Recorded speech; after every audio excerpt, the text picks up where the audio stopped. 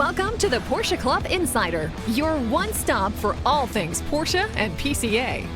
Here's your host, Vu Nguyen, and the Insider crew.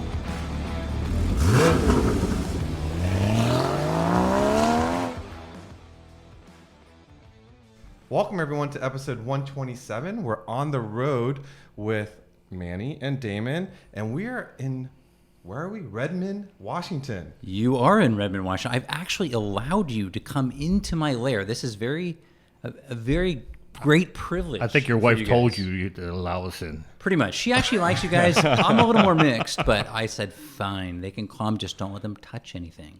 Now, if the voice sounds familiar to you, because it is none other than the great Nathan Merz, owner of Columbia Valley Luxury Cars, and our guru, or some even call you a savant, as a positive thing. I'll take Porsche. That, I guess. When I was younger, people didn't always think I was so entertaining, but I guess you just find your niche. You found us, and we appreciate it. Four weird people fit well together. Exactly. So are we in the Columbia Valley? Is that why you named it that? Or well, I didn't see any signs for that. So that's a great question. So we originally launched our business in Eastern Washington, which is our wine growing region, which is the Columbia Valley. And that's originally where we launched our business, mostly because that's where my wife is from. And there really wasn't anyone doing, originally what I was doing was what I call mainline, highline. I wanted to do just Porsche, but I didn't really think the market would support that. And so originally when I first opened, we did sort of a mix of later model Mercedes-Benz, BMW, Audi, with Porsche thrown in. And pretty quickly I realized, yes, there was a strong enough market for Porsche. And I think probably 2012 or 13, I pretty much wholesale abandoned all the other brands and went exclusively with Porsche. And then eventually we relocated the business here, which was challenging. I love being over there. If you're not familiar with Washington State, most people think of Seattle and our history of having rain here. Eastern Washington is high desert, and so we've got sand and blowing sagebrush and much, much hotter temperatures, much more open, blue skies, water. It's a beautiful spot. So I love Seattle. It's my home, but my heart definitely is in Eastern Washington. So that's the history of the name. Well, I want to first say thank you, because in a couple hours, we're going to have several hundred people that before we set sail for Treffin at Sea to Alaska, you've invited them all to come here. And Susie, thank you, Susie, for all that you've done to prepare for this. And I told them we have a lot of fried chicken, and feel free to touch the cars after you've eaten the chicken. You have nice, smooth, oily fingers, and right? Now our no listeners scratches. know why I had some hesitations about inviting Manny in particular to my personal garage. They're all ceramic coated. They're all fine.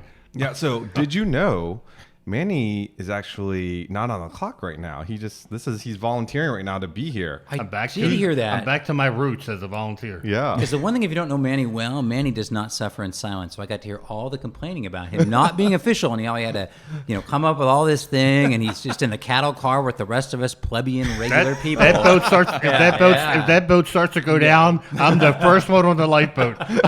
He's just waving women in charge first. Exactly. He's gonna push him aside. Be like George Costanza. Wait for me. Chubby bald guys first. Chubby bald guys. That's right. All right. So what are we going to talk about today? There's some cool cars out here. Can we talk a little bit about the cars? We're greeted by 996 GT3s, Mark 1, Mark 2s, and Great segue there, because I think we just did a video on a 996 GT3 collection. We did. It's one, a lot of people think that I'm going to work in some sort of orderly fashion when I make these videos, but really, just when the mood strikes or I have the right mix of cars in front of me, I decide we're going to do something. And I happen to have kind of a neat collection of 996 GT3s, either here or at my fingertips. And I thought, what a great opportunity to talk about a car that I love deeply. And so it was really a great opportunity. We gathered together. We have a 996.1, which so many of even our listeners aren't even familiar with, because we did not get that car here in the U.S. And in particular, the one we have is a ClubSport version. So that was really great to have here. And then we had three other 996.2s, two cars that would be more at home, at the Concours lawn or at a Works reunion type event. And we had one that was a more typical PCA DE type car. So we got the opportunity to see how many members might use and interact with their car.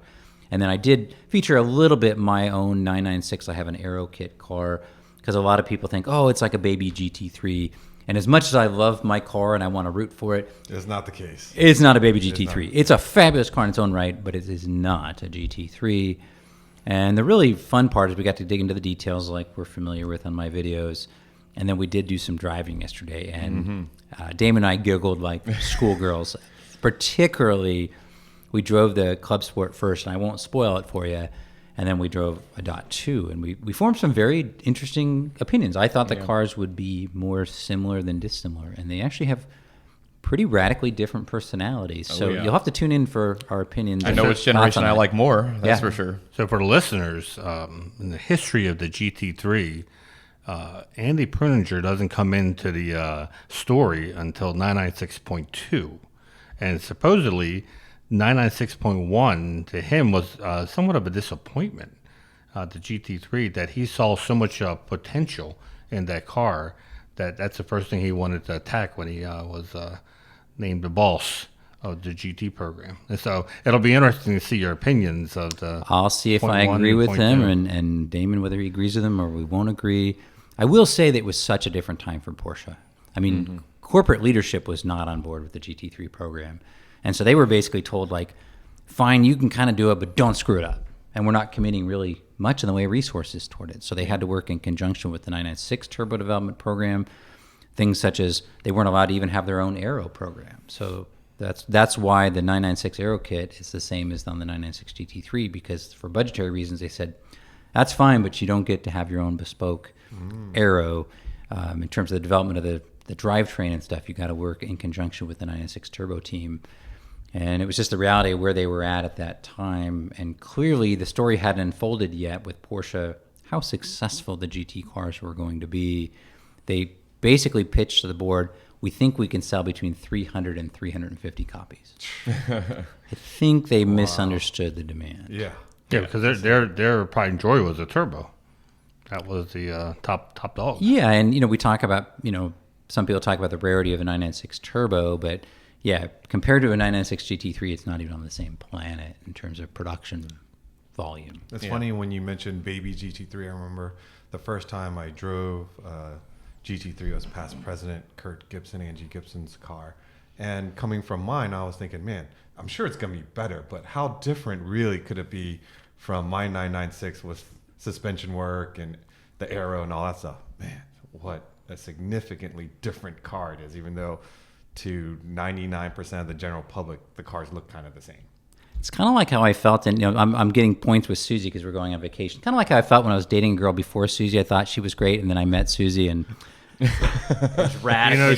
What are you preparing for there? Hopefully a good week on our Alaska cruise. He wants us to timestamp this little sentence and then send it to Susie. Honey, listen to the podcast. And she knows you good enough. She's like, what is he going to buy now? Dedicated to my wife. That's the timestamp right there. Yeah, there we go. So, Manny, you wanted to talk a little bit about so this obviously this is coming out on August 12th, which some people will already be in Monterey.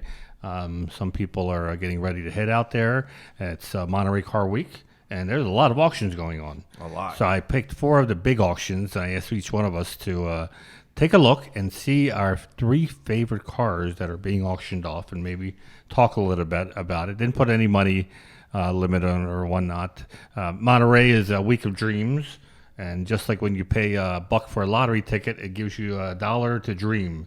And boy, I learned that if I won Mega Millions, I would be a popular person at the auction places because I would buy a lot of this stuff. Oh my they have some cool stuff coming up for auction. You're already a celebrity. You're quite popular there, man. But I don't have the money. The paparazzi and the whole And the shebang. key part is the deep pockets. Yes. I approach this as if I had deep pockets. Yeah, well, of course, everything on here, short of the Hot Wheels, that's pretty much what we can This buy. felt like this. So this was a homework assignment that Manny gave to us, and this felt a little bit like if you grew up in the West. Remember the Best catalog? Oh, yeah. Remember the Best Wow, catalog? you remember that? that? That is a Whoa. blast from the past. The Best catalog. So they had like a toy Yeah. section, right? So I remember opening the Best catalog, going to the toy section, and my friends and I would sit there, and each page would be like, okay, on this page, which toy would you ask your parents for? And we would do that. And then we turn the page, and that would be hours worth of entertainment. So this was just like that for me. See, now I feel like we're brothers, right? Of course. I didn't remember you grew up in the West. I pictured you growing up in the D.C. area. No, So I spent a lot of time in Orange County. That's where my mom's from. So I was there for holidays. must have been that broken family. One day I'm going to do a together. timeline of where he says he grew up because I think there's some conflicts going on here. Yeah. I moved a lot. Everyone's like, "Were your parents in the military?" I'm like, "No, they just got a divorce, essentially." And then I had to go from coast to coast. Anyways, We could use the tag, where does Si vous play? oh yeah, Yeah. Well, that's for another time. Well, let's go to Change your topic, Let's Vu go to said. Gooding and Company and Damon's picks. Yeah, so I had Gooding and Company, as Vu said, and they had a lot of really cool Porsches, many of which I would love to own.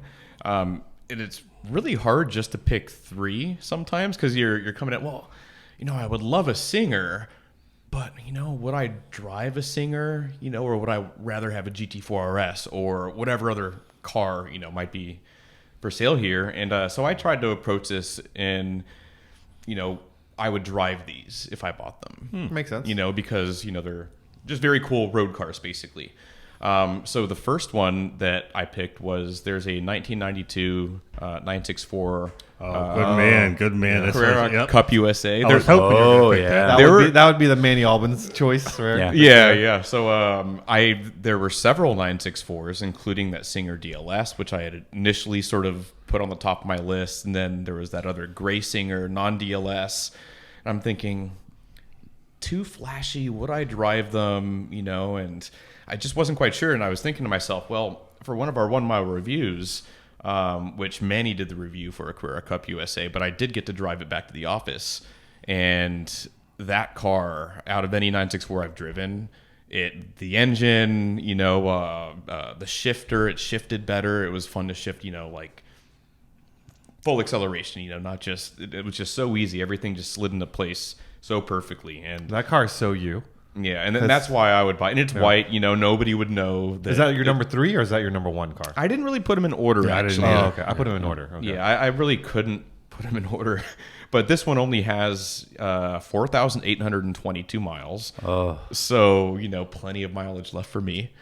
And Carrera Cup USAs, they had 256 Do they have horsepower. They have a rough price? For that? Yeah. So this one, the estimate is 300 to 350,000. Good deal. Without reserve. And I was like, that is a really great deal. Wow. Yeah. And I'm almost wondering, in this market right now, will it meet the 300,000? Probably, but I don't know if it's going to go over the 350. Wow, man! So you it remember? seems like You remember? There's a gentleman in the Maryland, D.C. area that was doing DEs with us, Oh, yeah. and he had that car and he sold, and he thought he got top money for that car. That would probably have been in 2004, 2005. He sold it for like 30, Yeah. and he thought he was getting top money. People for are it. club racing these. Yeah, Yeah. And that car now is 300. yeah. The funny history on those I thought cars it would be for more, to be Yeah. honest. For our listeners who don't know the history of that car, of course, Porsche was planning a Cup Series here that they lost their sponsorship, and of course, they didn't have a lot of resources in that period, and so they were stuck with cars. Half were completed, Yeah. and half were not. And so they kind of scrambled, and I'm sure someone on their desk in Reno said, well, we'll just call it an option package. They didn't even have time to do any advertising, so they literally sent out a fax to dealers, and I worked at a dealer when these were new. And so literally this car, we got one at Bellevue Porsche, and it just showed up one day, and it looks just like a regular white 964. And the thing that stands out is that when you open up the door, the carpets weren't even tacked down. It had a pair of manual, regular, not even sport seats, because they knew that they were going to get tossed. So they just threw something in there so the car could get moved. They didn't even glue the carpets down. And funny enough, we actually sold that car, and that car is still local here to its original purchaser who bought it from us. Wow. And what I love about the car is I love the story and the history of that, what happened with that car. Those cars generally underperform because for a newer entrant to the brand, they don't know that story. And if you go to an event, 150 people will walk by before even a single person will stop and go, oh, what's up with that car? They have no idea what it is, even though it is a true 964 RS with just a few minor things. It's got airbags, power windows. Yeah. It's U.S. legal. But phenomenal car, but they always just fly under the radar. And so you compare that versus even like a driven example in, say, Maritime Blue or Ruby Stone, people have a hard time stepping up the big bucks. I would, but like Damon, that's more my personality. I kind of want to fly under the radar. So I got to add, because this is one of my favorite cars, and Alvin Springer is one of my favorite people. So you really owe it to yourself to get his book, and he has a whole section about this car, and it's really fascinating because the carpet wasn't sticking because it wasn't meant to stick. It was supposed to be a race car. He specifically asked the factory not to glue in the carpeting because they knew from the 959 they learned that it's tough to get a car imported. So they brought the car in as a road car. So it wouldn't look like a race car. Then once they got it passed through customs, Andal would convert it into a race car. And part of the conversion, of course, was taking out the carpet. Alvin Springer told the factory it'll save us so much time if you just don't glue the carpet in. We don't have to worry about cleaning all that glue off, and then we can just tear the carpet out and put the cage in, and get all these cars ready, 40-some cars ready for the series. So when he was told to put everything back again, and he was livid. And also in the book he says how Fred Schwab said he didn't believe in single make racing because it was like sisters kissing sisters. His exact quote. I remember that. He so. Of course, we look now, and that's a key hallmark of Porsches or single mark Carrera or Super Cup series. But yeah, Alvin said when he got the calls from a dealership saying that the carpet wasn't perfectly aligned, he basically lost it. He was like, "This is a race car." It wasn't even aligned; it was really just a race set car. in the car. It's not supposed to be perfectly aligned. But yeah, it's a fascinating car, and definitely need to read Alvin Springer's book about this bit of Porsche history. But more importantly, this is how I remember what year I got married. Because I think my wife grimaces when I go, "Hey, it's the year that Porsche canceled the U.S. Cup Series." Nothing says love more than that. Yes. See, this is why my wife still likes me, and your wife, she's a little questionable. She tolerates it at the same time. So when those cars made it back to the dealers, were they sold compared to a standard 964? Were they discounted or were they? No, they had a premium. I think it was around 12 or 13. It was called the Carrera Cup package, and they just slipped it onto the window sticker. That's it. It just said that. Collectors knew about this car. Okay. It wasn't like I just was looking at cars that came by and they told me to buy this car. Collectors knew about it. Like I said, they literally sent a fax. And it just said, "Hey, here's a car that's coming in inventory. I don't believe you as a dealer ordered it. They just forced it on certain dealers." It was a European RS that they had set up for the U.S., but Porsche was doing terrible financially.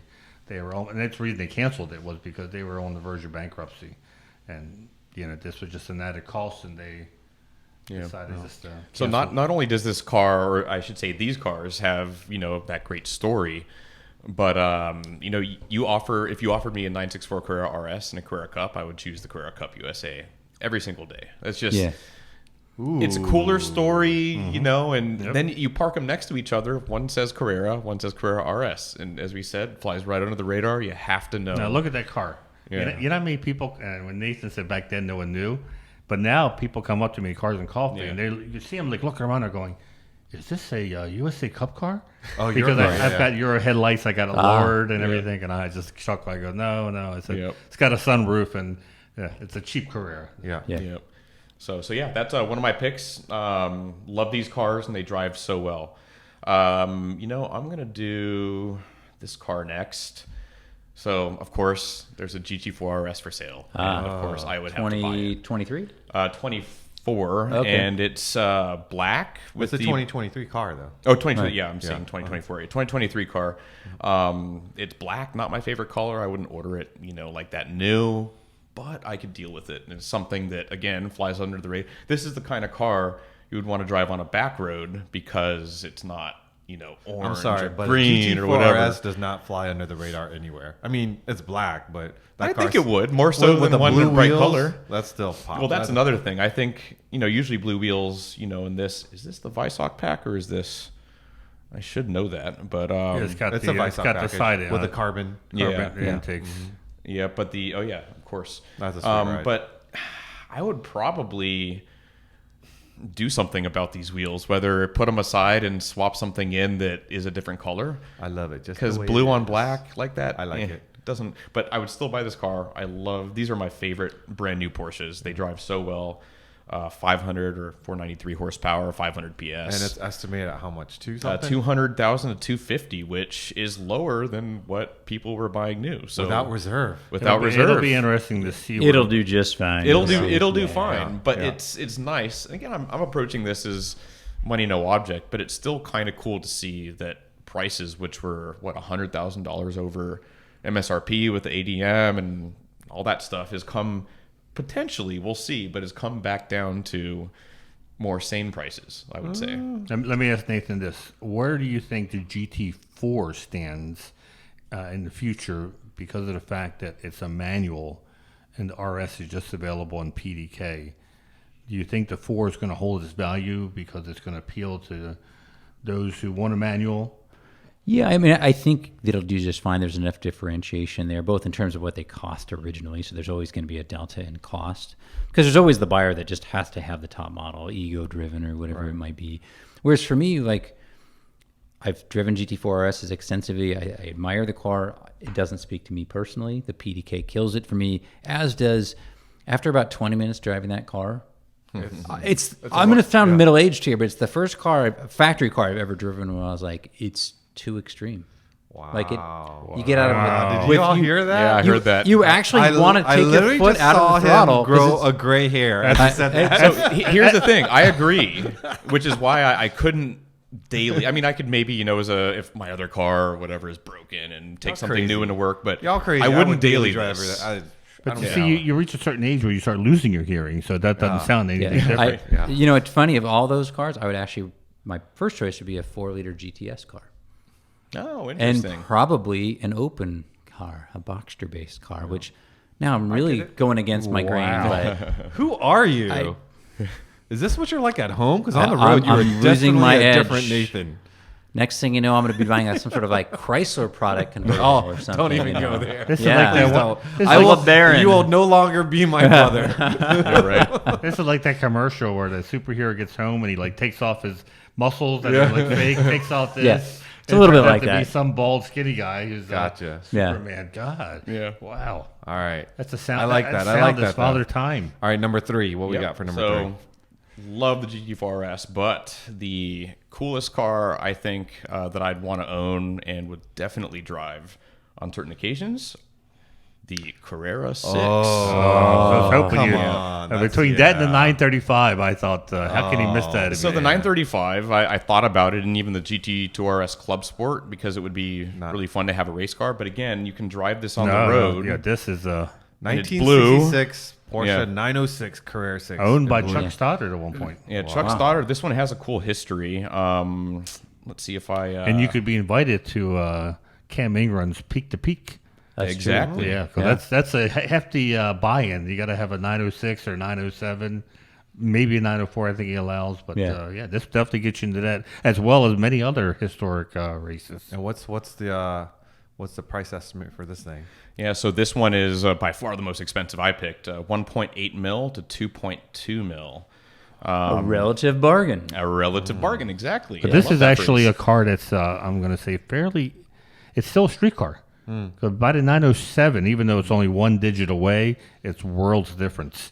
906 still very much a street car. A lot of people have them licensed for the street. 907, even though they look similar, becomes a pretty much complex different animal. But yeah, this is a great pick. Yeah, this is one of the last road-going prototype race car that Porsche built, if I'm remembering correctly. And that's just so cool. A few, facts and figures, before we and move to on. see it in blue too. Yeah. Oh, it was crashed at one point, very, very early in its life. And when they did the fix to the, I guess, front end body damage, they painted it blue. It's had the provenance of the car has been, it's been known throughout its whole life. It sounds like no expense spared, so it just sounds like a really good car. I believe they changed after this. I might be wrong, but I remember reading when they started to get really serious. They changed the steering wheel location. How so? It moves to the left. Oh, Or to the right, excuse me, right. moves to the right. interesting. Yeah, because all race cars, 965, 956, 917, it's all right. So that's part of the transition to become really, really serious, going after the top awards, not just class wins anymore. But yeah, this is a Yep. Yeah. Yep, that's on my list if I would get the Powerball numbers. Well, the good news, if we get our numbers up on the podcast soon, it'll generate Yeah, so much there we go. income we can buy some of these things. Yeah, right? Is exactly. that how that works? That's Yeah, I the think plan. so. Yes. That is the plan. So just we keep 500 subscribing. more listeners. No, 5,000 more. You hit 100,000. That's our bonus. That's right. 906. That's a perfect segue Yeah. to make sure if you're enjoying this episode, be sure to click the like button. And if you have anything to share with the cars that we're talking about, lay down a comment. Or if there's a special car that you're choosing out of all of these auctions, we'd love to see what your choices are. And of course, subscribe so we can get closer and closer to that 100,000 mark. So is it my turn yet? Or is that was your third car? That was my third car. All right. All right, so good choices. very good choices. For me, I am choosing cars from the Mecum auction, and let me pull up here. I kind of did 3, 2, 1. My first one here. That you're at third place or second? This is First third place. This is third place. It's got to be 356. Or right? we'd say No. for children, so we don't hurt feelings, second runner-up. Yeah, second runner-up. Yeah. Second runner-up is a 73 911 Carrera RS 2.7 lightweight. This car is beautiful and tangerine. Now, what's interesting is in the Mecum auction pages, they don't necessarily have how much they're estimating this car goes for. Some of them have price tags. This one did not. So I just chose it because I think it's a very beautiful car. I know it's a rare car. Any thoughts That's on the orange one? It's the orange. Yeah, the tangerine one. Is it tangerine or One- is it orange? One of 200. Tangerine. It says. 15,000 kilometers. Nathan, what does this car do, you think? You know, the thing with these cars is so much of the value of this car is going to be the quality of the car as it presents itself in the provenance. So I haven't taken an opportunity to look at this car, but if it's a car that I think it is, I think it's actually going to go reserve not met. This is my prediction. Someone has a price that you think it won't get to? Yeah, I believe if I'm correct, this is a car that's been marketed several times before. So, yeah, depending on how the car presents, a top tier car is going to break into the low 7 figures. Oh, really? Yeah. Wow. And I think that's what they're expecting. But if again, I could be wrong. I didn't study this one. We probably should have put our homework up for each other to check out. But I think if it's the one that Mecum has presented before, I think it's struggled to hit reserve in the past. But we shall see. This is, of course, where a serious collector needs this in his collection is the lightweight version.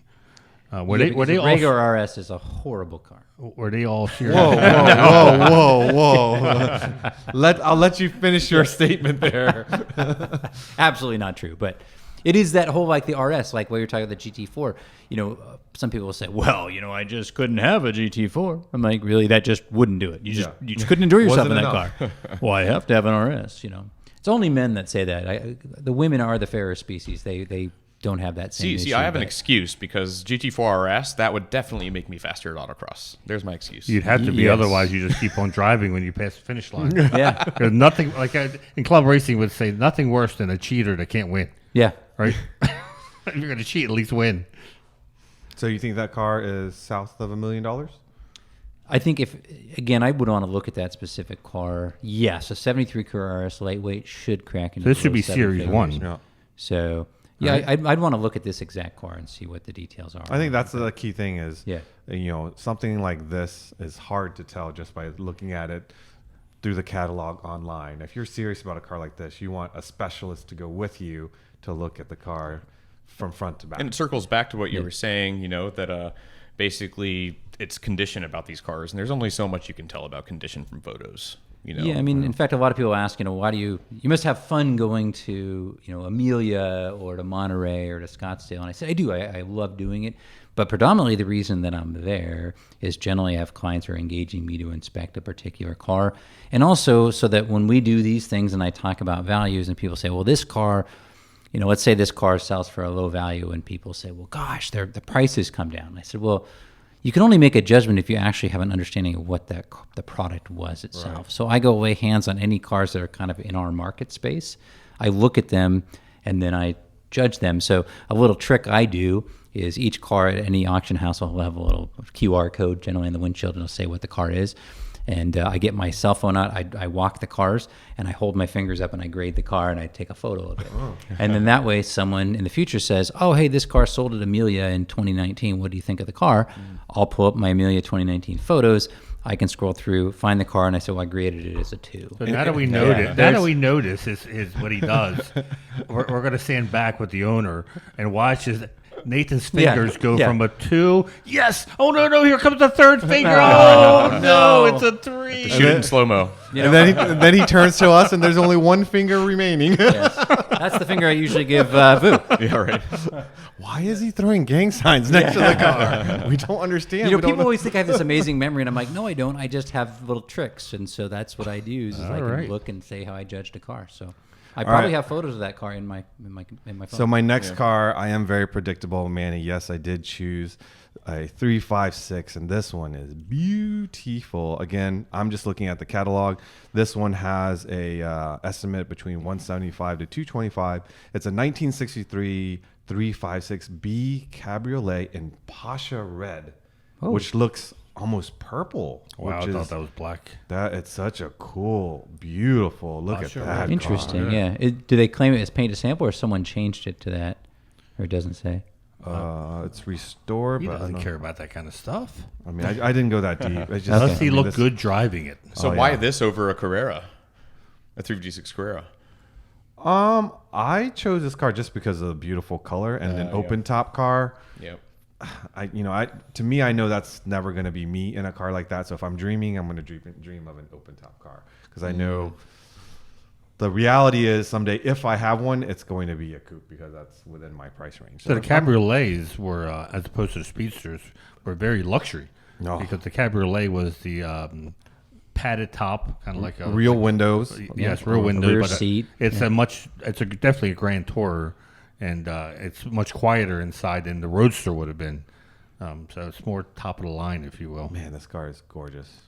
Gorgeous. I think he picked this because you just want to, one up me, because I have the 63, Super 90 coupe. So, you pull up in the Cabriolet and it would just be like, it does. Now I don't know. So the side trim pieces, I'm not a fan of those. People are going to chastise me for saying that, because I think it ruins the lines of the car. But I guess back in the day you didn't want a door ding, so you just added those on. I actually think they're probably too high up to protect from a ding. I think really they were there for an aesthetic element. Really? Yeah. Do you guys like those? I don't mind them. I'm not a fan of it. Depends on the car. It just kind of elongates the car. Anyways, but that's my number 2 car. Beautiful. And it's amazing how 356s, the convertibles, are more valuable than the coupes, and that becomes opposite in 911s. Yeah. But my prediction is that's changing. I mean, it used to be the difference was stratospheric, and the delta is getting smaller. And my prediction in the future, if you do want to open, they're going to be a better value. Like if I were a betting person, I would bet on a closed 356, because I think that the buyer pool is transitioning, and the buyer pool is now more modern Porsche buyers who prefer coupes, and they're going to buy them because they want to look back and draw from the Porsche history, and they're more comfortable in a coupe. And I think, other than the Speedster, because the Speedster is its own animal, because it's such an iconic piece to the brand, but I think for the Cabriolets, particularly the late Cabriolets, whether they be like T5, T6B, or C Cabriolets, my prediction is those cars are going to continue to be fairly soft. And I think the coupe values, the coupe values are not going to come to Cabriolet values, but the delta between them is going to get much, much smaller. I don't think I've driven a Cabriolet. So are Cabriolets, much like modern day cars, some people, I only want a coupe because it's stiff, the structures, do Cabriolets, are they flexi flyers? I mean, not to denigrate 356s because they're really remarkable for their period, but they're, they have the rigidity of a 1960s car anyway. Yeah. So you're not really buying a 356 either iteration for rigidity. Yeah. So yes, a Cabriolet feels less rigid than a coupe, but it's not one of the high points of that car anyway. So really what's nice about a 356 is they're so charming to drive. The steering feels good. They feel good being driven at like 8 or 9 tenths, because it's still a relatively low window, but you're revving the car up, and they put a smile on your face, unlike any other car you're going to drive. Yeah, the color combo of this car is just gorgeous, and I love the light color interior. having some cabriolets myself, I love it when the interior is light because you're not baking and sitting on a griddle with black leather or Well, if black you had vinyl. air conditioning that worked, you wouldn't have to worry about that. There's no air conditioning. Oh, you say my cars? Yeah. Manny, Are you calling him Moving out on. for poor maintenance? Because if I'm going to call a man out for poor He's maintenance, gonna if anyone saw, we should put this up, Damon. I'm going to make a note. Put a picture of Manny's daily driver up in the Oh, we front. talked about that. yeah. But guess what? Yeah, That yeah. has working air conditioning. it does have working air It conditioning. all just comfort. blows out that cracked rear Yeah. window. All right, so here's my first pick, and I don't think it's a surprise to anyone because this car, as Manny found it on the site last week, I mean, this thing, could you imagine rolling up to Cars and Coffee and this Schuppan 962? But of course, not getting out of Oh. it because then the whole mystery falls apart as you climb out of it. As it's feeling geriatric. Yeah, but man, this beast, 962 CR, and how was this? How did this car even happen? Like, it doesn't even look like it should be road legal. Well, it's not a real 962. It's one that they made. The car was, let's see if I get this right, was actually made in England, but assembled in England. But I believe the body or the monocoque was made in Japan. Hopefully, I'm not butchering the story. Japanese Art Sports Corporation, ASC. So basically, they had the tools to make the parts and the panels. And it was buzzed by Porsche, so it wasn't something that's why it's called a Schuppan Porsche or Schuppan Porsche, whatever how you pronounce his name. But obviously, you can see it has the lines of a 962. 962 was never a street car, so you had to do a lot to make this a somewhat of a street car, which they did, and they made 6, I think, including the prototype. 1 burnt up in a fire, so there's 5 left. A limited run of 50 examples were intended. Yes. But because of the Japanese economic collapse in 1992, only 7 units were built. You know what's crazy about this car that I'm seeing on Manny's screen right here? 91 miles. Yeah. And we have photos of this car on a road and on track. So apparently they did those moving shots, and it still It's has being less than pulled with a 100 rope. miles. You can see the rope tag Yeah. the front Yeah, right. bumper. It might be Yeah, actually. I Yeah. wonder if this is the one. So I watched Jay Leno's Garage where he had one of these, and I think at the time the car had like 10 miles on it. Oh, wow. And so Jay had asked, can we put 11 miles on it? And the owner was like, sure, we're going to take it out on the road. And they took it out for a drive. So then I'm Wow. thinking to myself, wow, that every mile you're, I don't know, Double the mileage. taking the price down, but you're certainly taking the low miles. Yeah. But yeah, this is the only other time I saw this, and it's maybe the same car, was at Bruce Canepa's shop right before Rensport. When I came to pick up Project 964, they had one in their shop. Super rare car. I'm looking forward to seeing it when we're in Monterey because they don't pop up very often. But yeah, you would win Cars and Coffee with this car. Yeah. Oh, yeah. So back to reality. Those are my 3 Porsches from the Mecum auctions, and best of luck to you that if you're bidding for those. But I had to take a step back and pick one non-Porsche, if you'll indulge me. And I think this also won't be a surprise. 92 Ford Mustang GT convertible, once owned by Vanilla Ice himself. That would Don't be- laugh. He that would buy that. I would like buy that in a that. heartbeat. If I Who's could. already wrapping up I would be A1A right now? A1A Beachfront Avenue. If he got dance lessons from Mr. Van Winkle. Yes. But this car that I've chosen came out of Washington from McBride Toyota with only 22,000 miles on it. And it's a manual. And it's incredibly original. And it's a 1977 Toyota Celica GT Coupe. How cool Is that a is picture? this I think the car? GTs Wow, they were almost actually broke cool 90 looking. horsepower. This car is so cool. I learned to drive on a 79 Celica. They are. That's a cool looking car. Drive manual. Why are you saying that like I don't pick cool cars? That is a very cool car. Well, your Because history you- would tell us My that. Yeah, history- because your reason is because you got a ride when you're 9 years old. Look at that to the ice thing. cream stand. Look at that thing. Is that fog Yeah. lights originally? You think? That's period correct. Fog lights. Yeah. Yeah. Yeah, Toyota. Yeah. I mean, It has to Toyota be can aftermarket. make a good car, but their older cars used to be Yeah. pretty Still cool has looking. the original wheel. I've cap driven and one of those, and they shift really well. That's a I mean, cool it's a great Yeah. car. Most of rear these, louvers, anything with rear louvers, I'm kind of a fan of. These all died, but because this is a Pacific Northwest car, Yes. these all rusted. That's why you don't see them anymore. But I guess it survived because it was here. Yes, it's a little known secret. People always think it's Yeah. rainy here and it ruins cars, but it's exactly the opposite. Yeah. What, isn't that cool? That's such a cool car. All it's no B210, but it's What close. color is that? Tan. Now, see, you just get the same color, and you should have picked the 66 912. Sand beige. That Nathan's familiar with the So, 912s. okay, no disrespect because you know we all love Porsche. Don't even go there. But if I showed up to Cars and Coffee with that car versus that car, I was just gonna say, Vu probably thinks the Celica's. Vu would already put his- Celica over the 912. I'm already in the Celica. Yeah, he'd have a bike rack with his GT Performer mounted up on the Yeah. roof. Oh, I mean, yeah. don't get me wrong. That car is beautiful, but that car is so unique. Oh. And this is why we can't stop him from buying a 63 Impala. 64. You know what? 64, No, I, 64. I'm not going to argue with him. I'm all about it. All right. Anyway, so those are my 3 choices, Porsches and my non-Porsche. And I didn't who's know next? we got a non-Porsche. How unfair. Did you actually put that in there, or you just pulled rank on No, it? he just broke the rules. Extra credit, baby. He had to. I'm surprised it was Yeah, that. he's I thought flexing his executive director Extra credit. title. And man, he's not even official. When he's here. welcome to our life. Yeah. Rules change like that. Yep. All right, Nathan. Broad Arrow. It's on you. Oh, I got lucky. This is my friend Ramsey Potts' sale, so a huge shout out to Ramsey. And I'm going to put these a little bit in order in terms of which one would be on my list. So, we long joke that Vu and I are brothers, and we clearly are because So we you picked picked a one of the Supra. same car.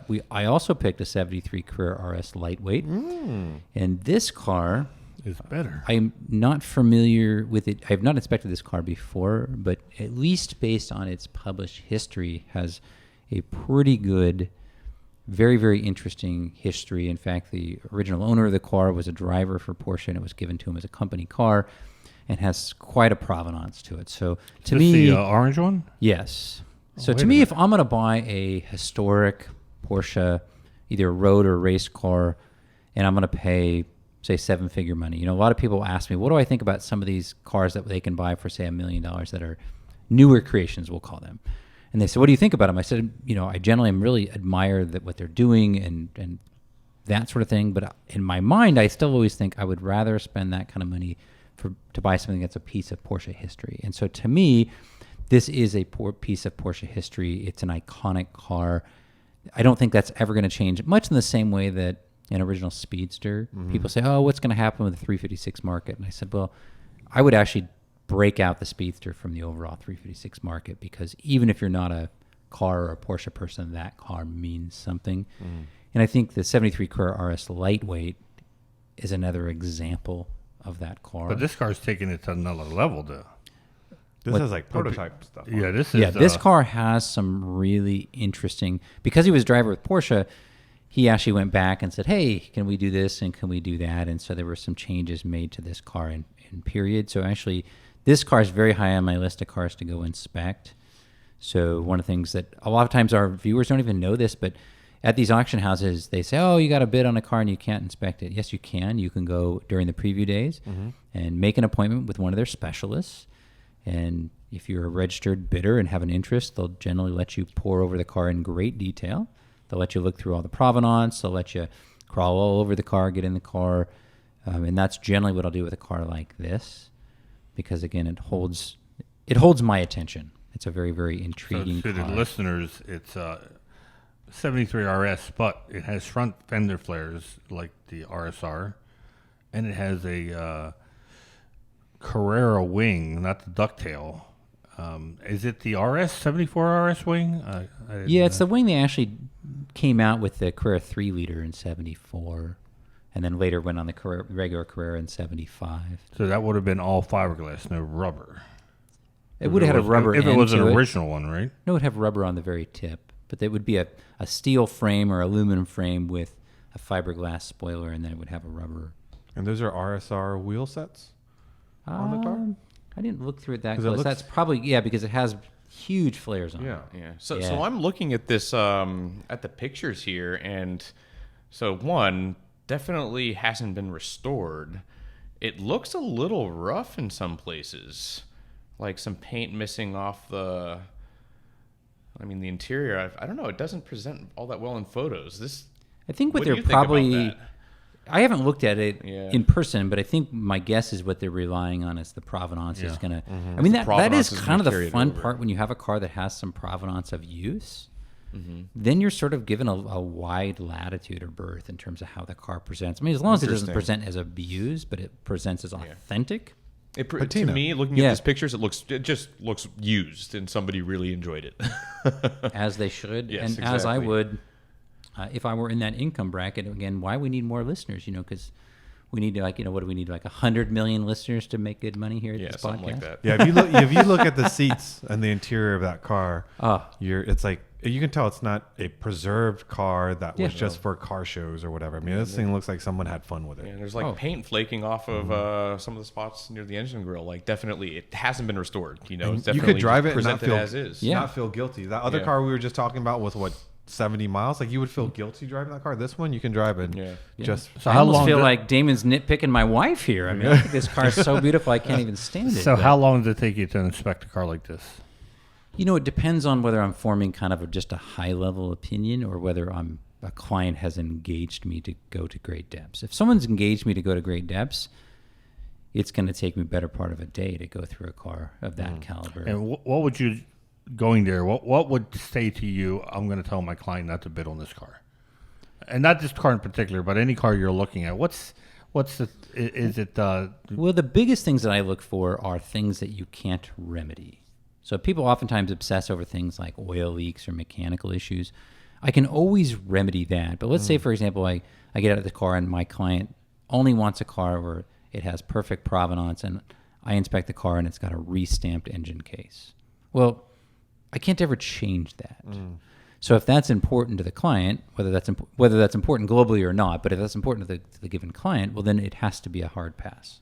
I can't change that. If I get out there and I find out, hey, when driving the car, the gearbox is tired, but it's the matching number of gearbox, well, I can solve that. You have to factor that in what we're willing to invest in the car, but it's solvable. All of a sudden, if you find out, one of the things on these cars you have to be really careful about is that sometimes when you do some research, you'll find out magically there's another car in the world with the same VIN number. yeah. That's really, really problematic. Yes. And so that would rule a car out. And the hard part is sometimes it rules out the good car because now the good car is clouded. And that's not fair because sometimes you have to decide which one's the real one and which one's the non-real one. So Is it me that looking at this car, I know how special it is with the prototype parts, and that's what makes it special. But it kind of throws me off a little bit because when I'm looking at a Carrera RS 2.7, I don't expect to see wide fenders and RSR wheels, and I expect to see a ducktail, and you don't see that with this. Does that hurt this car, or does it not hurt it? it probably depends on if the buyer pool really prizes the provenance. I think if this were, for example, a non-lightweight RS, that this was maybe done in period by someone without a name, I think it would definitely hurt the car. Okay, yeah. But because it was done in period, there's a connection with Porsche. It's someone with a name. And again, I haven't studied all the provenance, so I'm going on face value of what they state. But I'm assuming if you go look and it's well documented, then I think it plays well. and you got to make sure that all the lightweight components that make it a lightweight are still there. Because these cars are actually used for race cars, a lot of them. So things got damaged, and they said, well, it's cheaper to put on the steel version. Or parts went missing, or Sure. or what have you. Because there was a period of time where the value wasn't as high, and so people said, "Oh, this is a neat part. I'll take this." Or it gets damaged, and they replace it with something. So this car actually, the history and provenance, just kind of skimming through the paragraphs here, really interesting, really well documented, it seems like. And it indeed has been driven quite a lot. It was a rally scouting car at one point. Yeah. So really cool. Yeah, he wanted it with raised suspension from the factory. So Yeah. So it's got some. But that stuff Jones is me because I just love the brand and I love the story. A brand is about the story, and so like people think this is funny, but they often ask me like, how do I decide a certain car gets to stay in my collection or not? And one of the number one criterion I have is if I get a car, let's say a car shows up and it's an unbelievably great car, that alone doesn't put it in my collection. it has to have a great story and it has to be complete. And so it doesn't mean I wouldn't be willing to sell it to a customer and say it's a great car. But for me, I would lose sleep over not knowing like who's owned it, where it's been, what's happened to it. And so I always just want a great story. That's And what Jay Leno says. You Yeah. know, he gets offered a lot of cars, he says, and if he hears a great story with it, he will suddenly change his mind about a car Yeah. that otherwise he would have passed on because of the story. Yeah, as long as the story is true. I also hear a ton of car stories that you're like, yeah, that's just straight urban legend. Yeah. But So at 1.2 to 1.5 estimate, you think that's a... I think they're a little strong on that number. I think it's going to trade toward the lower end of that, would be my prediction. Maybe just barely touch into their low end, but I'm thinking 1.5.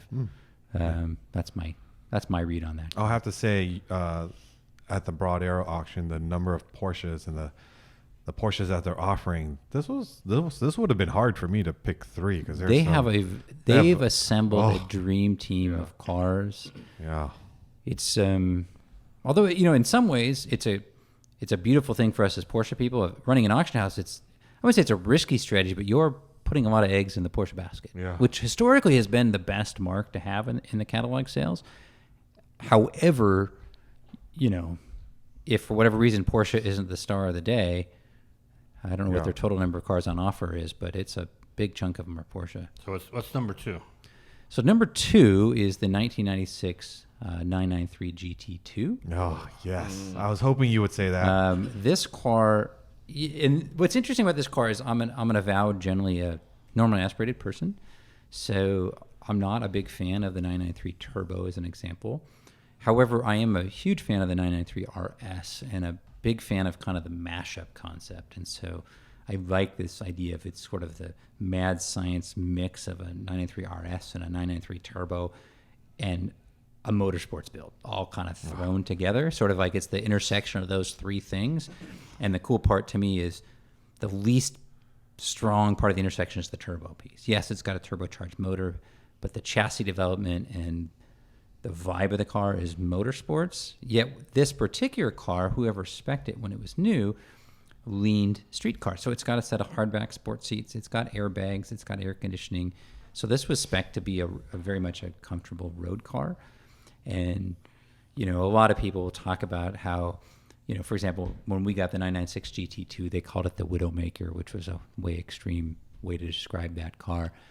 But this was really that first in the era. I mean, even before that car debuted, of course, we never got this car here stateside. But a pretty unbelievable performance package, weighing significantly less than a 993 Turbo, rear-wheel drive. But then you get the power and the development of the turbo motor, but you get the suspension of an RS, essentially. To me, it hits all the high notes of what I like. And then one of my favorite things are the flares. Oh, it's all about the flares. The flares, in fact, so here's what's interesting. When they built these cars, they basically, for development purposes, tacked these flares on to basically see if they would work. And they originally thought, well, we're going to have to use some rivets to hold them on. So when they presented this car to the board, they had kind of a mock-up, and they had these fenders on there with the rivets. And they said, well, kind of ignore the rivets. That's not really planned. We're just holding them on there just so you can kind of see what it looks like on the board. And the board said, no, we're going to prove it like this. And so actually those rivets are not even functional. Oh, wow. Those flares are held on with adhesive. You mean a real example of the flares? Yeah, the flares are those rivets you see are not riveted. They're just dummies. And that's because the prototype they showed the board had them. They later decided we actually didn't need them based on their testing. And so they were going to go say, oh, we're going to take them off. I don't and want the board it said, anymore. no, we approved it looking like that. So that's the story on those flares. That's tough for you to. You that's just told me there's no Santa Claus. I know. Yeah. No, because he's the one that's always like, Porsche will only do things if there's a function. Like you just told him Santa Claus doesn't exist. Well, I understand the German way. They found that was better with adhesive, but still, it's not. I did not. But know again, that. the engineers actually came back and said, no, we're going to remove those. Because again, the German way. And probably marketing or whoever's in charge says, no, that gives it that look.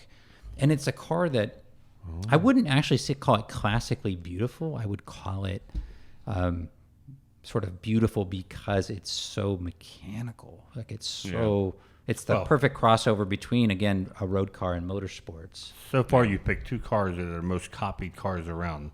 cars that I'm not very creative, I guess. If you still, what I'm saying though is, if you see them, you don't think they're real. You know, you see an RS you see an RS. The first question people ask is it a real one? True. And same Although thing with I've the only GT seen a too. couple authentically. I see people do like the flares, but I've only seen a couple versions where they someone sell jumped kits. into the they deep sell pool. kits for these cars. For Well, but they're- 993. When 993s were cheap, They're so hideous, People though. were, That we're cutting them I up. shouldn't They look say like that. There's probably someone out All there's right. going to unsubscribe because of that comment. but Since you're killing dreams and such. So underneath these flares are the original fenders Yes. cut back. no. They're Well, I not. mean, I guess the edges are trimmed, but yeah, the basic body, no, they didn't cut the original flares off. Those are on top of the original flares. So it's got regular turbo flares and those on top of it. That's why they're so wide. It's a turbo shell. They didn't start with a narrow but body they didn't. shell So like an RS. it's taped on, and it still Yeah. has most of its original flare. underneath. Yeah. So that means that the wheels were not any wider or really pushing the limits of how far you could tuck it into that. Wheels are wider. They're 1812s. Okay, Yeah, they are. Yeah. With no Oh, it's cutting. a- Interesting. It's a killer car. There's a book out on these cars that Look how sad Manny looks. Next thing he's going to tell me it's electric. Well, I'll give a shout out for our Manny's our so sad right now. listeners. I've never seen him so Christoph sad. Mader did a book on the 993 GT2. It's quite expensive. I feel blessed. I got to do just a little bit of copy editing on that book. It's a beautiful book. I'll show you guys after this ends. So if you're interested in the history and story in these cars, it's really remarkable. Gorgeous car. Well, I always Yeah. like learning new things, and I did not realize they were not riveted. Well, for your good, there's the Manny Albin edition, and actually they're functional. I figured there's some guy named Hans whose only job was to rivet these down the assembly line. So this 96 911 GT2 is estimated at 1.3 to 1.6, which is very close to the RS that we were just talking about. If you had to pick one, which one would it be? I would pick this car. I too. think because it has a little more legs in terms of it's a little less known, I think, than the 73 RS. I also think that for people of our generation, this is more identifiable to us. Mm-hmm. You know, the 73 RS was never a new car when I was a kid. And so This this is an was the icon. first, Yeah. Porsche that I saw that I was like, oh my God, they're not only are they out there, they're so far out there. Like this car was so extreme. Who doesn't have Yeah. this in 1/18th scale? Yeah. Right, sitting on their shelf. Totally. So what does it mean when it says option with reduced radio preparation? Essentially, that it probably got. It depends on the car, but usually it would just mean it would probably have just two speakers in the two door doors, speakers, Yeah. and it would just probably have like the small, like 5.5 mid bass drivers. It wouldn't have like the separate mids and tweets, and it wouldn't have rear speakers. So it only take you 10 minutes to put a subwoofer. Oh, in. absolutely. Lou and I would be building it, Oh, but yeah. I asked a competitor that would have been circa There is 1996. a minimum standard of options that we have to do to our cars when it comes into the Gwynn household. Yeah. Subwoofer, tint, and cocoa mats. So Vu, back in the day, would have entered this the 50 watt and under class, or the 250, or the unlimited class? 0 to 50. Yeah. 0 to 50. Absolutely. Reduce storage, reduce visibility, and what's the third one? Yeah. Add weight. No. Add weight. So what's the third car? You know, this one will be interesting. I'll see if this surprises you guys. My third car. Lately, I've been on a Wait, let me guess. Hold on, 928 ClubSport? yes. Oh, Damon knows me. Now, Knew it. Wow.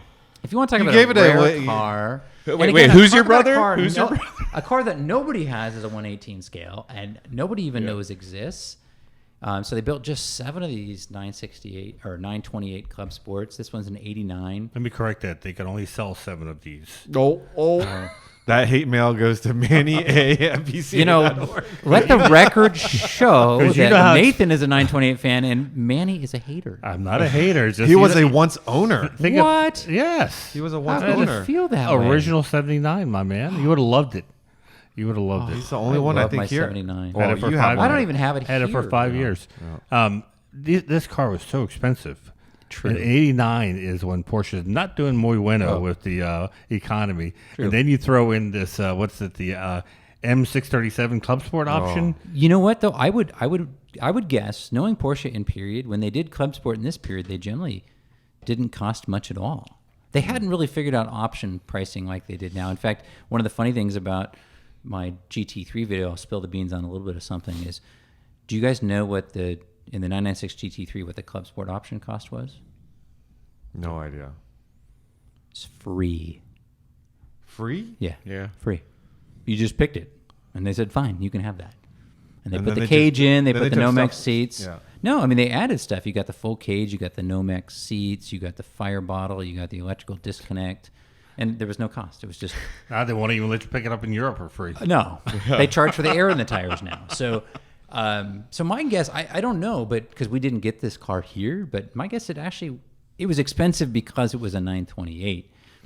But it maybe wasn't that expensive as a Club Sport, but I could be 100% wrong. But the Tannin Grün Metallic, it's so Forest good. green. Nothing says, and that's actually pretty early because it's an '89 car. Because forest green metallic is like the '90s hit color, right? And 89's a 928 great year for these cars because they didn't get some of the later updates, and it's 928.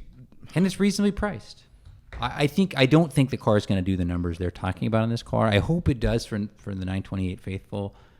I don't see Does it it doing help that. that they just put 65,000 pounds into it? That's like regular service bill on a 928. Oh my gosh. I mean, That scares that's terrible. me. I shouldn't That say scares that. me. But if you're going to pay a shop that has a brand, yeah, you could easily kind of melt that kind of money into a 928. Yeah. Although they're not that bad to work on, I encourage people. There's a great community support in the 928 world. Get involved with those people and get your hands. This a would little have been dirty. an S4, right? It is. Yep. Yeah. I mean, they're great cars. It's unfortunately. I mean, more closely to a GT. This would be the polar opposite of the first two cars in the sense that if you bring the cars in coffee, people are going to walk right by it Oh, totally. and yeah, not yeah. realize what it is. I mean, the sticker helps out on the side fender. It says Yeah. Club Sport, but otherwise, only the true aficionados will realize it's a Well, Club let's Sport. cover what actually the 928 Club Sport has. What makes it a Club Sport? Because I honestly, I don't even know if I'd ever heard of a 928 Club Sport before. Well, since they only had 7 in '89, it probably wouldn't. No really make your sunroof. radar. No sunroof, a lighter exhaust, lack of undercoating, and lighter magnesium alloy wheels. There you go. But the best is And if it's 5 $0 back in the day, that Yeah, sounds pretty good to special me. 5-liter engine. 5.0 No. V8. Oh, we just cannot stop this, Vu. I love it. I love it just He because of just that. wants thinking A1A. No, and I'm East on the Front page. Avenue. Lowered by 20 mil, 150 mil wider track, short throw shifter, limited slip, manual sports. This thing is cool. Yeah, see? We're going to get some converts. Even Manny may convert. Now I'm just kind of sad that they only made 7. Yes. So All right, Manny, you've got who do you have? What auction do you I have? have RM Sotheby's. Ooh, fancy pants. Yeah. So I picked no particular order. Was the 55 550 Spider with a anticipated cost of $3.75 to $4.25 million. Jump change. You're just Right in the dreaming. wheelhouse of most of our He's just listeners. dreaming. I do love RM Sotheby's and broad arrow type auctions because they pale in comparison to Mecum, which is super high paced. You know, it's a attention deficit disorder auction where you just sit there and you'll never be bored. Where RM Sotheby's are very gentlemanly. They drag it out. And they Always say, a British accent. well, to my left. Yes, sir. Yes, and then some jocularity and back and forth, and you're 20 minutes later, you're still bidding on You this just bust car. out the word jocularity. Jocularity. You totally scored some points there. I was like, wow. How long have you been waiting to spelling use bee? that one? We're taking this to podcast at a different Wow, level. we're so sophisticated today. Wow. So it's a second to the last 550 built. I love 550s, and if somehow I come into a great sum of money, I will get myself a 550. I don't Proper see that choice. happening anytime soon, but we can dream, right? Proper choice. So that's my. It's the typical silver Spider, and much like what I was just telling Nathan about the cars he picked. Yes, I would be asked everywhere, is this a real one? Yeah. Yes. Because it's on the road, yeah. people don't believe you. Or is this a Beck? Or Yeah. is it a vintage? Yeah. That's kind of the one thing I think it's always held back. Not because they do fine, but speedster market is there's so many replicas. Oh, yeah. That, I mean, You walk replicas up to got to the- out 10 to 1 for Yeah. real ones. I wrote an article about how to tell the difference from a replica and a real one, and I've never seen any of my articles reposted so much on different forums, on Reddit. It's anytime somebody asks a question, is this a real one? Someone sure on that thread will post a link to my article saying, here's how you can tell. And unfortunately, it seems like 99% of the time they're fake. Well, the hilarious part, my friend Marv Engstrom, we know from my 993 door check strap video, he's going to be here today, and he, renowned restorer, and he's got a 356 Speedster, and we used to go to events, and sometimes the PCA would park, a quote replica next to him, and I thought his head would go into orbit. He'd be so upset. But now you can chastise him when you see him, because he recently bought a replica that he has been making into a fake patinaed barn find. So he's literally adding rust. He's figured out how to make a fiberglass car rust, adding dents, iron oxide, and then he has gone so far as to get rid of all the tells. So he relocated the e-brake and did a bunch of things that are the tells. So it looks just like a banged up old barn find. Can't beat him, join him, right? Yeah, so it's kind of funny. I should actually encourage him to bring that. Laugh. Yes. A friend of ours did that with an SC. He'd put a wrap that made it look like it was all rusted. Oh, yeah. And we did a garage crawl where we go to different people's houses, and we pull up to his house, and it's about 30 cars rather. And I told my wife, I'm like, wow, I'm surprised Rob's neighborhood doesn't say something to him about that having this rusted old 911 in his driveway, and figuring he just bought a project car or something. As we start walking up, something's off about the car, and then we get really close, and I can tell right away, I'm like, wait a minute, this is not really rust, this is a wrap. But from 20 feet away, it looked like a rusted out SC. What you really should have done to add a little more to that story, you should have squirted like some maple syrup underneath the engine. He's been known to do that. Yeah. Sorry, so we got the 550. What was the next one? Tell me you're going to pick a Speedster. I do. We'll go to that one. And then so I picked there's several Speedsters on here. And actually, the one I was looking at first was their 54 Pre-A. Ooh. The only reason I didn't pick it was that it wasn't original color. They painted it black. Yeah, so I love Pre-A Speeds, the first year of 54 of the Speedster. So I pivoted and went with the 58 356A Speedster with the original color. Like Nathan said, Speedsters are in a different class by themselves, and every collection you have to have a Speedster.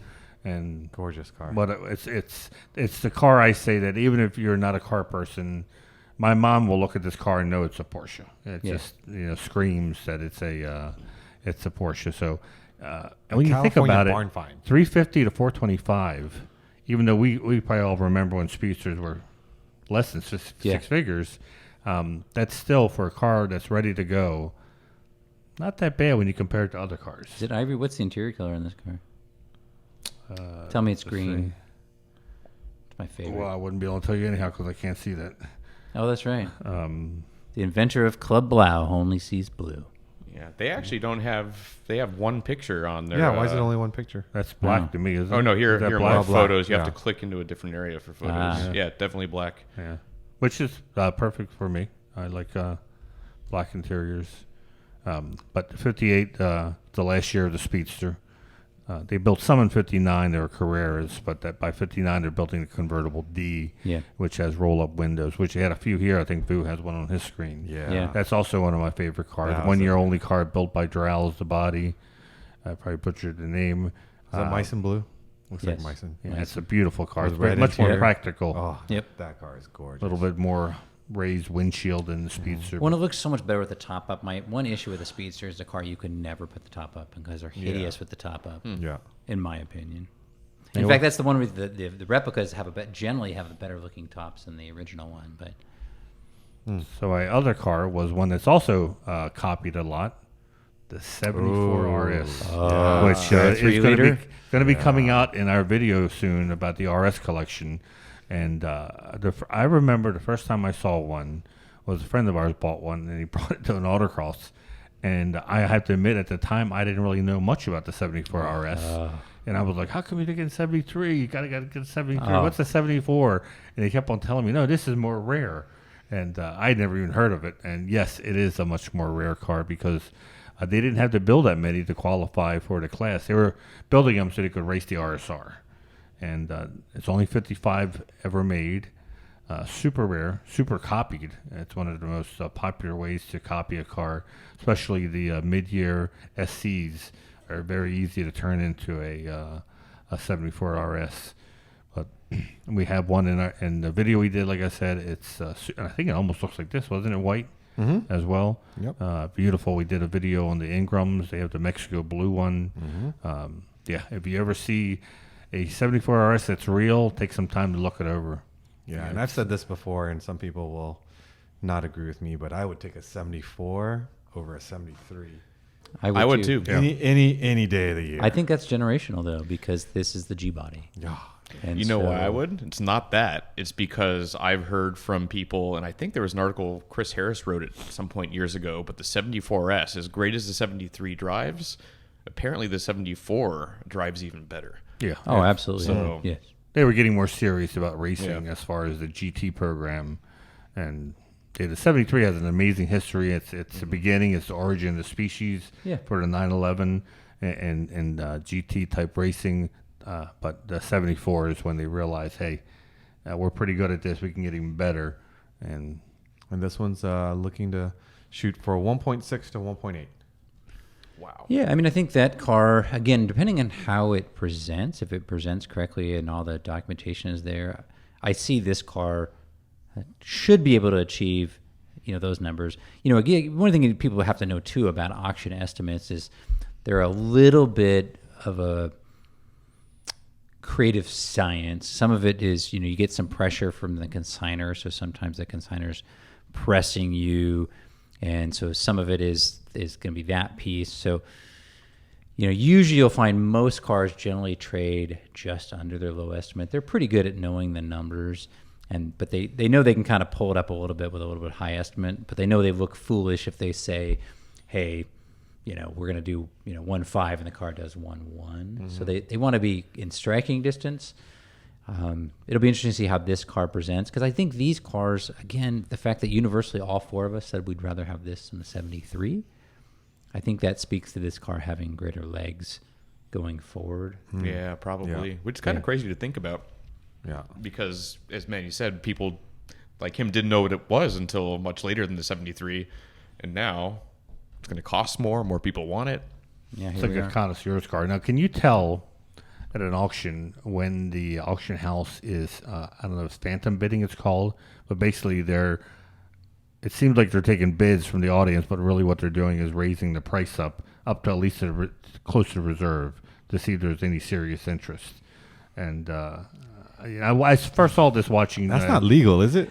I don't want to upset anyone in the auction business. It's just what I always tell people when you're at a live auction, much as if you were in an online auction, just be aware of your environment, what's going on. And I always tell people, ultimately, they can't force you to bid more than you're willing to bid. Right. So Yeah. be a disciplined bidder. But yeah, some of the antics are famous in some of the, really not so much the auctions we talked about here today, but there's some well-known antics, I guess, Oh, that happen in the I think room. we all saw it on Chasing Classic Cars with Wayne Carini. It's the first time I heard about it, first time I saw it, because I remember seeing some of his shows where you see these bids being taken and he's not happy, and you see he looks at the camera and he says, there's no action here. He says it's just being bid up to there to close to reserve, but he goes, there's no action. Yeah. And Wow. meaning that it was being done, I guess, phantom bidding, whatever Yeah. they call it. Seeing to see if there's anyone interested that they. We jokingly call it chandelier bidding. Is that what? Okay, the so chandelier bidding. yeah. So I always tell people, if you're at a live auction and you're serious about bidding in the car, you want to position yourself where you have a good view of the room so that you can actually lay eyes on who you're bidding against. Now, sometimes you're getting bidders on the phone potentially, so you don't have a whole lay of the land, but you'll notice, particularly in some of the more fast-paced auctions, that they're calling out people and you're like, they're pointing, and you're like, I'm pretty sure that guy is bidding against himself. Now, ultimately, sometimes if they're working against the reserve, if the reserve is, say, $1 million, and the biddings, they're doing that game at 500, well, that's never going to get there anyway. I still don't really like it, but Yeah. that game gets played a little bit. But you do have to have some awareness of kind of where it's at in the room. The other way you can tell they've skipped what we call skip a bid on you is that they'll do a backup. They'll say, 1.5, did it from 1.6, and all of a sudden they're like, oh, and all of a sudden you're like, how are we what back happened? at Yeah. 1.3, which usually means that they're in the money. It's above reserve, and now they're really having to make sure they've got someone on the line. Oh, Right. So interesting. You have to go to enough of them and watch how it works. That's why I love going. Just Me to- too. Oh, Just to people watch, because I know I'm not bidding for anything, but I just love seeing the the I love action watching it go on back TV. Being in person is like 10 times better. and forth. Oh, even Yeah. better. Because you can feel the vibe of the room, Oh, it's especially very when different. we went to see Sally Carrera get auctioned off. It was everyone in the room was getting into it, and it was going left and right. Left, you could see phone bidders, and we were all rooting for that they would keep the bidding to keep this thing going up and up and up and up. And you don't have that on TV as you do in person. So No, I can't say it's like going to a football game versus watching it at home because I'm not that well versed in sports. But I can say it's like listening to a song at home versus going to a concert. Yeah. The concert is definitely going to be more Yeah, engaging. you don't see as much as you do. It's like football game. You don't see all the replays and everything, but you have the whole vibe from the crowd. One thing I think is important we do talk about, so we don't just sound like we're down on the auction, because I'm a big fan of auctions, is the one thing a lot of people aren't aware of is, the narrative that the consumer will say is, oh, well, some drunk guy bid on the car. That's how the car sold. It's always the drunk guy, right? And I explained one thing that the auction house does that nobody really talks about is that the higher end auction houses, they have a whole team, essentially of relationship managers or account executives. And so when a car is consigned, so for example, this 74 Carrera 3-liter car, they don't just drop it from the ether and it shows up on that Thursday evening and they hope there's a bidder in the room. No, they've all sat down in sales meetings and they said, okay, of your client list, who is into these cars? And they're working well before the sale. And they're saying, hey, Vu, we got a car coming. I know you've been looking for a Carrera 3-liter. Can I set you up with your guy to come look at the car? Can I send you the documentation? Can I send you the photos? And they're prepping people. And that's a distinction between, for example, an online auction. They're not prepping. The car just appears online. Where the auction house, they've already got bidders in chairs or on the phone before that car drops. Now, a drunk person might jump into the mix, but they don't take the chance that they put a 7-figure car up when they don't have anybody interested. Yeah, and not only the 7-figure cars, but just any car that are at these auctions. When you win it, then you have some confidence that they've got the title in the backstage. And they do the transaction. They do the transaction for you. Oh, they even offer financing. Yeah. And maybe you went a little bit higher than you were planning for. Like, there are definitely advantages to going to an auction. Yeah, it's all about picking the right venue for your given car. Yeah, and hopefully I didn't insinuate the auction houses are being malicious or fraudulent. This is, I think, just typical the way auctions operate. Yeah. And if you're not familiar with it, it doesn't hurt to bring someone who is. You see that once again in Chasing Classic Cars, one of my favorite shows to watch, because they will hire Wayne to kind of walk them through, help him sell the car or buy a car. And he's obviously knows exactly what he's doing, but at no point is it malicious. If they're doing the chandelier bidding, it's coming up to see if there's anybody serious in the room and bringing it up to near reserve, but not going over. I think at the auctions you can, as they say, buy with confidence. Yeah. Oh yeah. Well, like Nathan said, you don't have to bid that amount. You know what? Like I was looking at a 97 Boxer. This I saw it went just over your budget, and I said, well, 12,000 the most I'll spend for this. And it went to 13. I had the bid thing ready to go, and I said, "Nope, I'm going to wait. It's not you could trade in your Z3 for $700. That'd put a lot of. I was going to put the Z3 in because now it's going to get well known. That's my whole problem. You too could drive Manny's Z3. As heard about on the podcast. Wow. The 200. The official insider car. Yeah. Perfect project car. All right, so my last one. So we'll finish up this episode here. Is actually toys. Toys for I guess small people or little cars.